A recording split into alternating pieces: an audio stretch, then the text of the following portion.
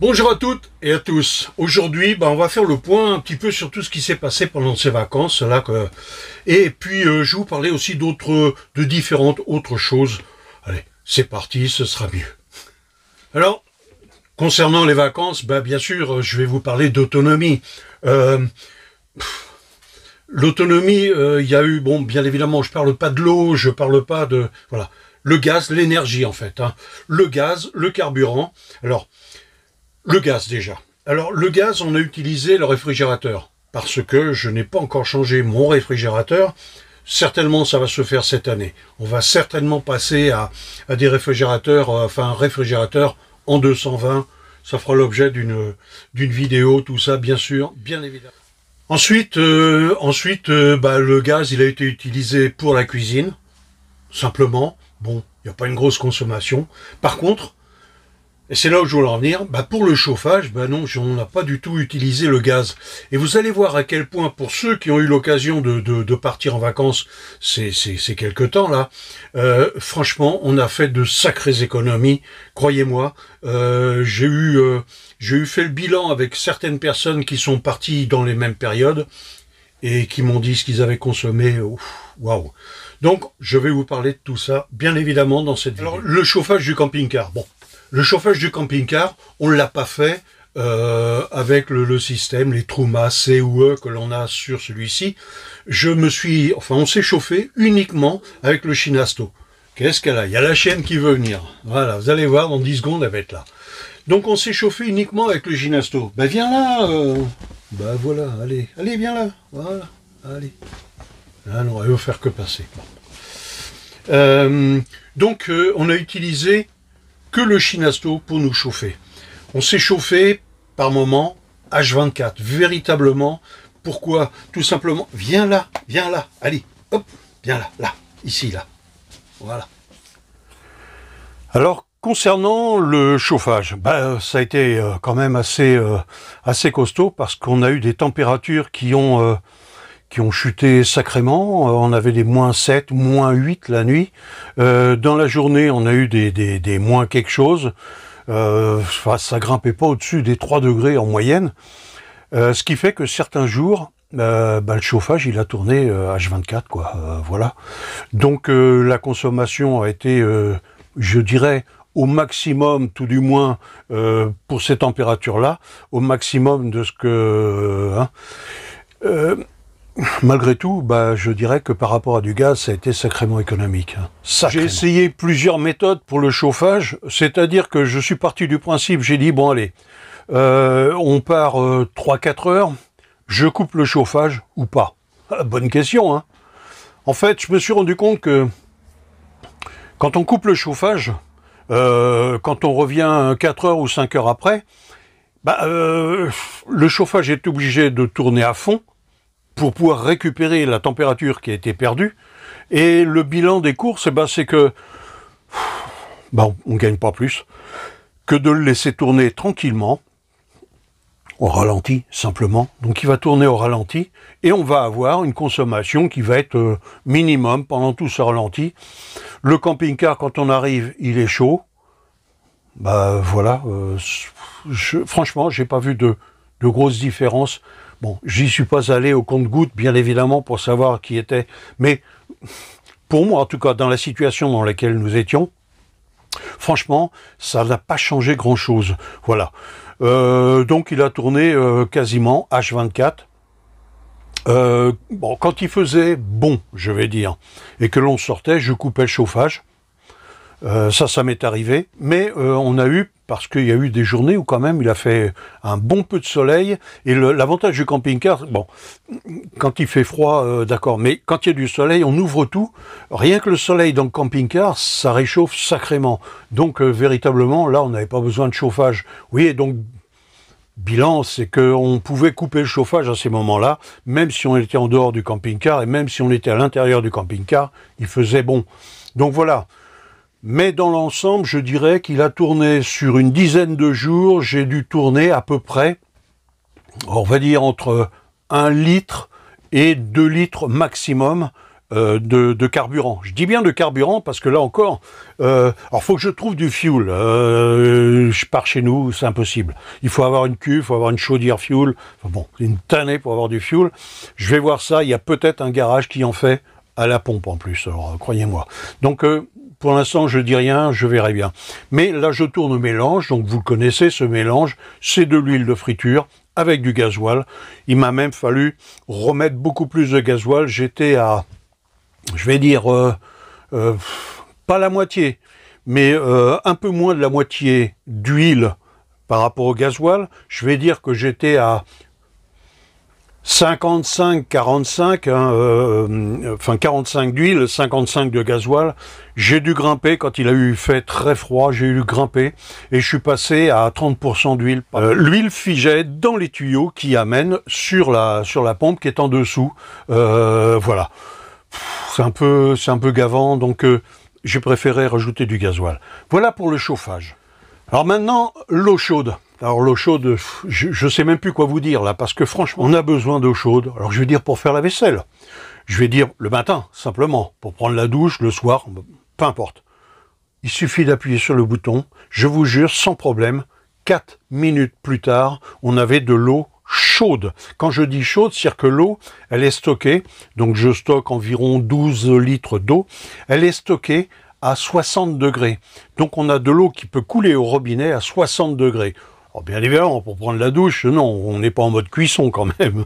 Mais je vais vous dire par là, c'est que de l'eau à 60 degrés en 4 minutes, c'est énorme en confort. Énorme. Vous voulez faire la vaisselle, le temps de débarrasser, vous mettez la chaudière en route s'il n'y a pas encore, parce que comme j'ai une réserve, il y a encore de l'eau chaude qui reste du matin. Donc si on a encore besoin de beaucoup d'eau, enfin d'eau très chaude plutôt, pour faire la vaisselle, il y a du gras par exemple, eh ben, il suffit, le temps de débarrasser, il suffit de mettre en route, on a fini de débarrasser, on peut faire la vaisselle sans problème, il y a de l'eau chaude, mais très chaude là, croyez-moi. Ça, c'est un grand bonheur, c'est pour moi la même différence que d'être avec des batteries plomb et l'ancien système, et puis le nouveau système que l'on a avec les LFP, eh ben c'est la même différence. On a, par rapport au Truma, Truma C ou Truma E, enfin Truma C principalement, parce que c'est lui qui fait qui chauffe l'eau. Imaginez ce confort que c'est. En plus, si on a envie d'avoir, je sais pas, je vais dire 20 litres d'eau par exemple, on fait une machine à laver, je veux laver à l'eau chaude, véritablement très chaude, et ben en 4 minutes, j'ai de l'eau chaude à 60 degrés, et si j'ai besoin de 20 litres d'eau chaude à 60 degrés, je l'ai. Je ne sais pas si vous vous imaginez ce que ça donne. Essayez ça avec votre Truma, vous allez voir, c'est n'importe quoi. Là, vous ne pouvez pas, c'est impossible. Et ça, croyez-moi, c'est vraiment un confort. Et surtout, c'est la consommation. Parce que on est parti donc une dizaine de jours, bon j'ai eu des galères, ainsi de suite, mais bon peu importe. On est parti une dizaine de jours, et ce qui s'est passé simplement, c'est que pendant cette dizaine de jours, je n'ai fait qu'un seul plein, un seul plein. Ma cuve, elle fait, vous l'avez vu, elle fait 10 litres. Je la remplis pas à fond, parce qu'il y a un problème de bouchon, enfin bon, peu importe. Je n'ai fait qu'un seul plein, j'ai mis 8 litres.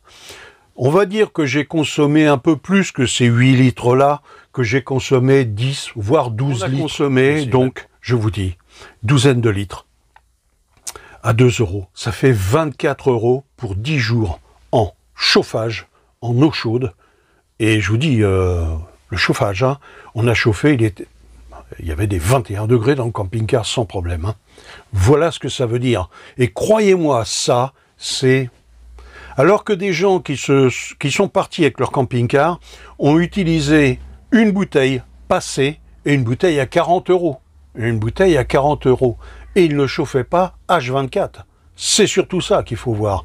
Alors voilà. Je vous dis franchement, super content de cette nouvelle installation entre le Shinasto, que tout le monde critique, voilà, qui démarre avec la télécommande et tout, c'est un bonheur, mon eau chaude gasoil avec le Top C, Webasto Top C, bidouille, hein, bien sûr, hein, mais un grand bonheur. Voilà ce que je voulais dire, en tout cas, en bilan de ces 12 jours, de ces 15 jours de vacances. Voilà. On va faire le bilan un petit peu de toutes ces choses que j'ai pu remarquer, je dirais. tous ces derniers temps. Les questions diverses que je peux rencontrer à la fois sur le forum comme sur les vidéos. Hein. Alors, je me rends compte d'une chose, c'est qu'il y a beaucoup de gens qui posent des questions et qui ne lisent même pas le descriptif sous les vidéos. Quand je fais une vidéo, généralement, je mets les descriptifs ou les liens des choses auxquelles je parle. Simplement, je mets les liens sous les vidéos. Pareil pour le forum, je mets les liens du forum. Enfin bon, toutes ces choses-là sont dans le descriptif, sous la vidéo. Les gens ne les lisent pas et me posent des questions. Je vais finir, je ne répondrai plus à ce genre de choses. Pourquoi? Parce que si les gens ne lisent pas les descriptifs, ils vont surtout pas répondre, pas lire ma question. Donc ils posent une question et ils lisent pas. Voilà. Alors je trouve ça, mais ça finit par être un peu agaçant, je dirais à force même. Hein. Donc voilà, lisez les descriptifs avant de poser la question ou allez voir dans les autres vidéos, j'ai 138 ou 139 vidéos maintenant qui parlent de différents sujets sur le camping-car, entre les batteries et ainsi de suite. Donc les réponses, il y a de fortes chances que vous trouviez les réponses dans une des vidéos. Voilà. Autre chose que je vois, et ça par contre, ça c'est beaucoup plus grave. Il y a un maximum de gens, alors généralement, ce sont, je dirais, des nouveaux. C'est pas méchant quand je dis ça, mais des gens qui n'ont pas suivi, je dirais, la progression, les vidéos, ainsi de suite, et qui arrivent comme ça, de but en blanc, voient une vidéo qui les intéresse, et posent la question sur des tas de trucs. Enfin bon, je maintiens, là encore, arrêtez les bidouilles. Il y a plein de gens qui n'arrêtent pas de faire des bidouilles sur leur camping-car. Vous n'imaginez pas les risques que vous prenez. Certains font le mélange entre les batteries plomb et les batteries LFP. On met une LFP, on met une batterie plomb. J'avais une batterie plomb, j'ai toujours ma batterie plomb. Je mets une LFP là-dessus. En plus, ce sont des LFP qui sont toutes montées, achetées dans le commerce, et ça vaut ce que ça vaut. Hein, j'ai pas besoin de vous expliquer.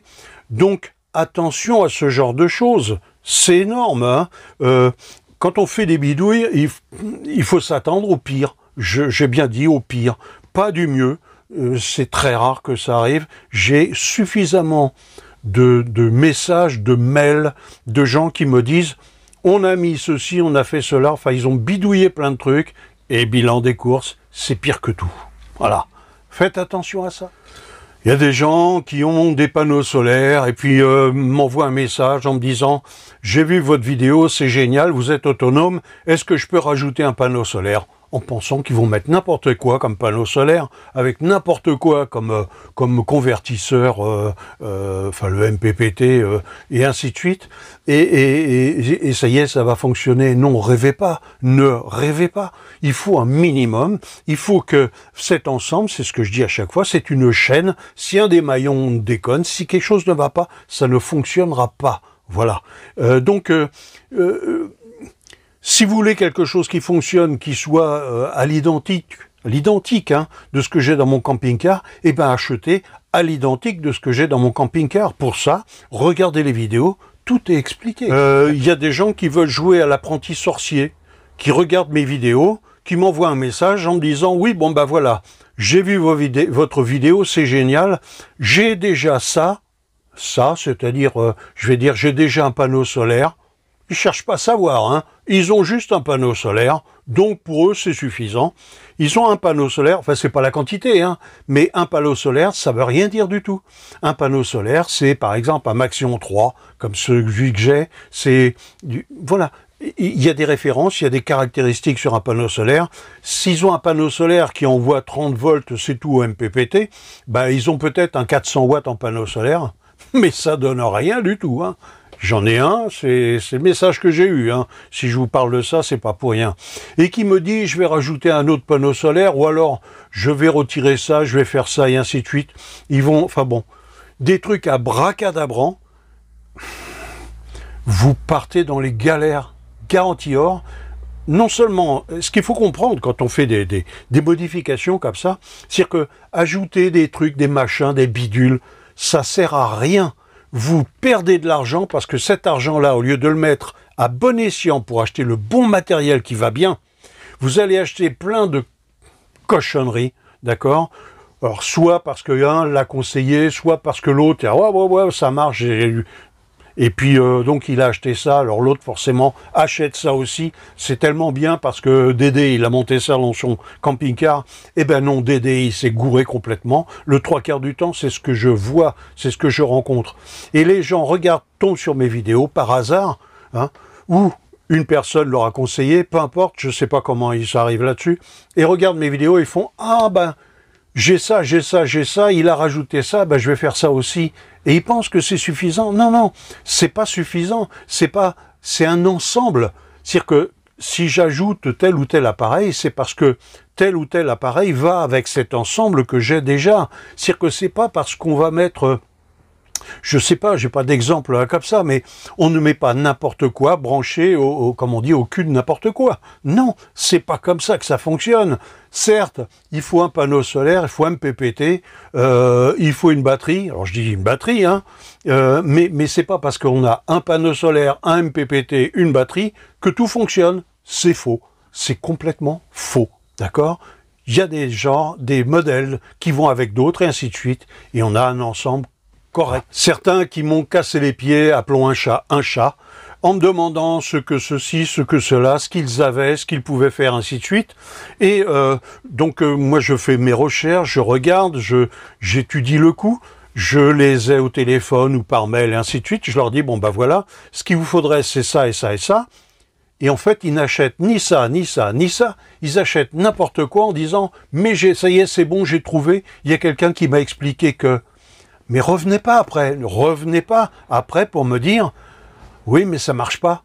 Non, non, c'est plus la peine, c'est trop tard, c'est arrivé à une personne, je l'ai pas envoyé dans le mur, mais je lui ai laissé comprendre qu'il n'avait qu'à aller voir la personne qui l'avait justement conseillé. Voilà, puisqu'il a su le conseiller, qu'il sache le dépanner maintenant, et surtout lui apporter ce dont il avait besoin et qu'il a malheureusement pas eu. Alors méfiez-vous des conseilleurs, ainsi de suite. Ce que j'ai, le matériel que j'ai, c'est le matériel, dont je parle dans mes vidéos, c'est du matériel que j'ai, c'est du matériel qui fonctionne, j'en fais les preuves dans toutes mes vidéos quasiment, voilà, je suis autonome, enfin bon, je vais pas revenir là-dessus, point.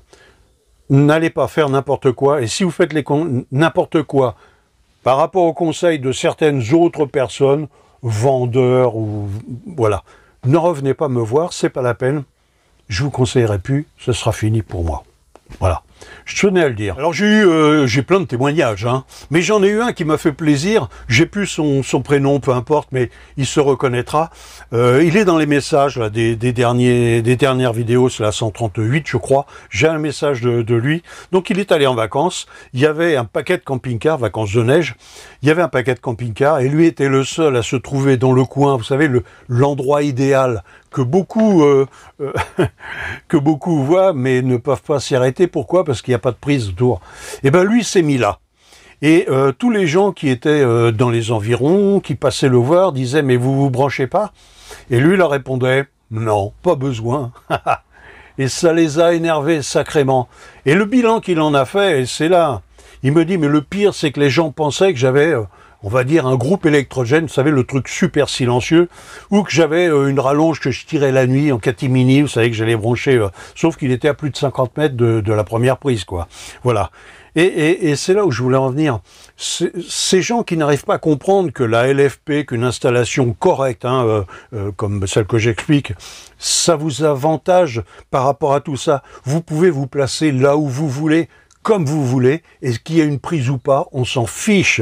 Et c'est ça l'énorme avantage. Voilà. Et l'autonomie électrique, je dis bien. L'autonomie électrique est bientôt le gaz pour moi. Qu'on utilise du chauffage ou quoi que ce soit, on est autonome. Vous savez ce que ça veut dire autonome ? Autonome, c'est n'avoir besoin de rien. Alors si, de l'eau pour se laver, heureusement. Mais sinon, le reste, non. Pas besoin pendant longtemps. J'ai besoin de gasoil, bien sûr, de temps en temps, c'est sûr. Mais 10 litres de gasoil, je vais dire 10 litres, hein, pour une semaine, franchement, il y a pire. Un bidon, vous voyez, je fais un mois avec un bidon.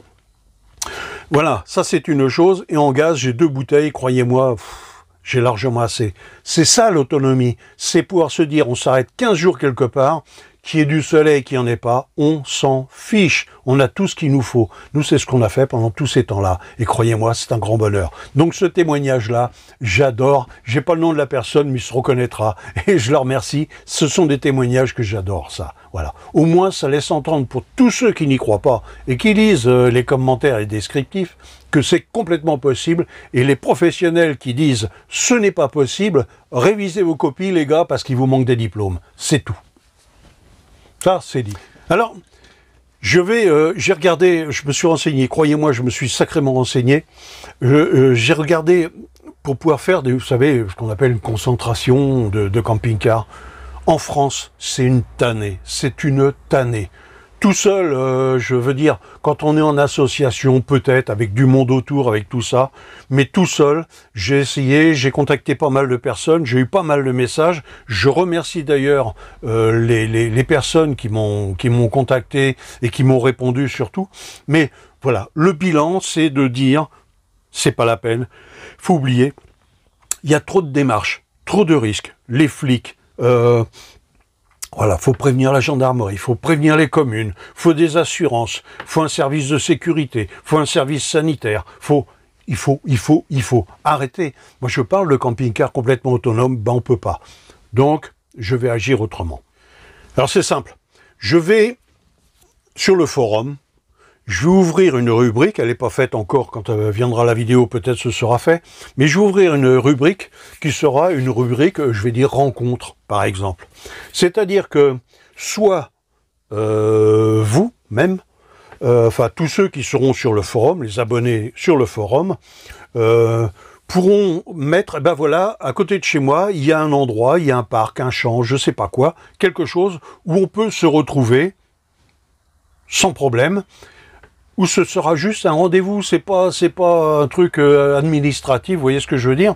C'est-à-dire qu'en fait, moi ce que je vais faire, c'est-à-dire, je vais à l'occasion, hein, bien sûr, ce sera pas... mais dans mes déplacements, et c'est là le gros avantage, parce que quand je me déplace pas mal, on sera du côté d'Arcachon, par exemple, dans quelques temps, eh ben, ce que je vais faire, c'est que je vais prévenir sur mon forum qu'à tel jour, je serai, par exemple, tel jour, je serai à tel endroit, les Coccinelles, par exemple, à Arcachon, enfin à Gujan-Mestras, voilà. Je serai aux Coccinelles de telle date à telle date.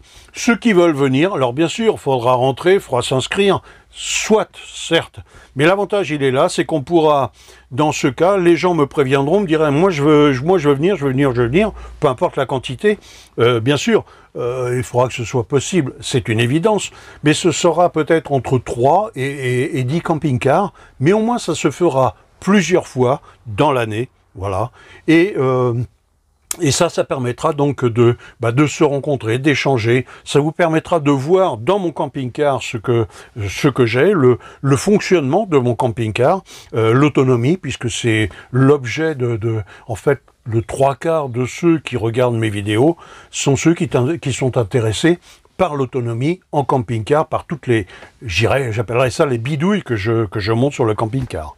Sur le forum, une rubrique qui sera spécialisée là-dessus, où il n'y aura que les rendez-vous, pas autre chose, hein, et où je vous dirai, tel jour, je suis tel jour, à tel endroit, alors voilà, ce sera au gré de nos balades et ainsi de suite. C'est pareil, je ne pourrai pas non plus vous consacrer 8 heures par jour, hein. Je serai là en vacances moi aussi, mais ça permettra de se rencontrer, de passer 1 heure ensemble, de casser une croûte ensemble, pourquoi pas, et ça, ce sera dans peu de temps. Là maintenant, on va partir, dans quelques temps, on va partir, donc le message sera là, rendez-vous sera pris. J'ai trouvé que ça de mieux, parce que le reste, je vous dis, administrativement parlant, oublier. J'ai fait le tour hein, de ce que je voulais dire dans cette vidéo. Il y aurait plein de choses à voir. Tiens, une chose aussi. Je vous montre ça. Voilà, ça. Vous demandez ce que c'est, pourquoi je vous montre ça. Je vous en parlerai parce que beaucoup m'ont posé la question ce que j'avais comme matériel vidéo. Alors, mon éclairage, mes caméras, j'ai bien dit, l'éclairage, caméra, micro, le montage, qu'est-ce que je pourrais... Enfin, tout ce qui me permet de monter mes vidéos tient là-dedans. Tout. Hein, l'éclairage, tout inclus. Voilà. Donc je vous en parlerai de ça, si ça vous intéresse. Sachez que ce genre de matériel est bougrement intéressant parce que je le trimballe tout le temps avec moi. La vidéo là qui est en train de se fait grâce à cette sacoche. Je veux dire, au départ, j'ai la sacoche et c'est tout. Et surtout, c'est que c'est du matériel qui vous permet de pouvoir vous aussi faire des photos, des vidéos, des films de vos vacances. C'est une simplicité quand même assez... assez incroyable, quoi. Voilà, j'ai tout dans une toute petite sacoche. Je vous en parlerai, ça, ce sera l'objet d'une vidéo, ça. Voilà. J'ai fait le tour. J'ai pas grand-chose. Laissez des messages, si vous voulez, si vous avez des choses qui... je sais pas, qui vous intéressent, vous aimeriez que je parle de telle ou telle chose, laissez-moi un message, si je peux, il n'y a pas de problème. Je sais qu'il y en a beaucoup qui essaient avec le Webasto, le Top C, pour monter des systèmes de chauffage. Pareil là encore, jouez pas les apprentis sorciers, ça réclame certaines choses, et si vous connaissez pas le truc entièrement, vous partez dans des galères assurées. Hein. Je le sais parce que j'ai des messages qui m'arrivent de gens qui sont en galère avec ça. C'est dit. Voilà. Je vous remercie d'avoir suivi cette vidéo. Je vous dis merci et puis à très bientôt. Allez, au revoir.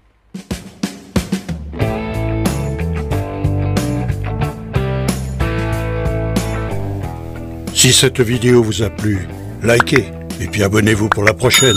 Allez, à bientôt.